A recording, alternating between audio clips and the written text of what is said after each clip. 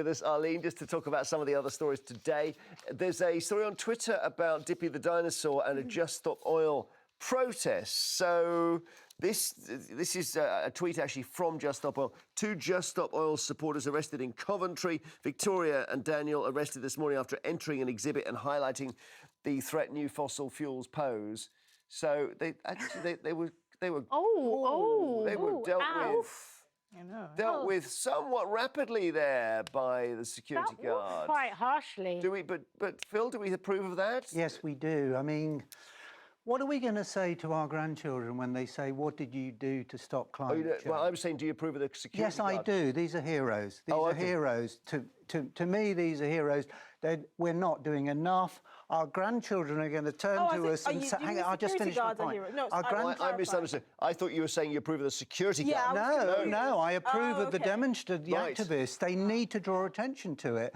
And what are we going to say to our grandchildren when they say, "We knew climate change was happening, we knew what we needed to do, but nobody did enough. Grandad, why didn't you do it?" And these people are trying. I know we find it uncomfortable because they're breaking the law, but what's the problem here? And I'm glad we're talking about it, and we should be talking about... What do you think? Is he right? No, I mean, I think it says a lot about the state of the country when people are not scared to put themselves in harm's way, lie in the middle of roads, for instance, to protest something they don't agree with. Look, we don't craft public policy based on who can be the biggest nuisance, right? We craft public policy based on public debate, on discussion, on mutual consent. And I think to encourage these people to do what they're doing and calling them heroes, you're actually going to move people away from your cause. I'm not going to tell my grandchildren I'm so proud that someone lay in the middle of the M25. But what about the suffragettes? Sometimes, what about when no one is listening? What about when the government is not doing enough? What about when we're opening new power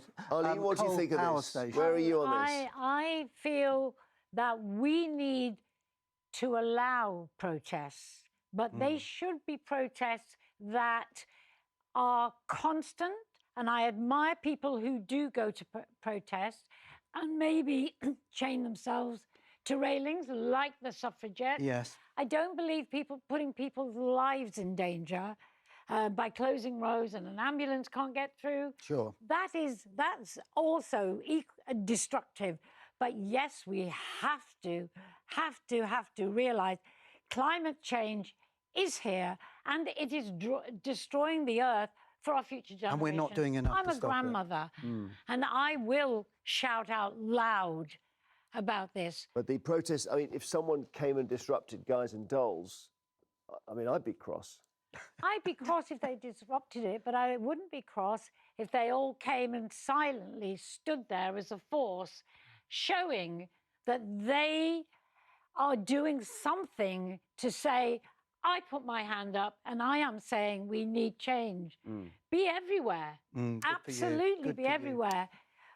But they don't have to disrupt. We will pay attention. When you see marches... They say that's not... When you see marches, for years and years and years, our history tells us people marched against things. Thank you. Esther, in the Times, a story about taking on ping-pong robots for mental exercise. What is that? Yes, so apparently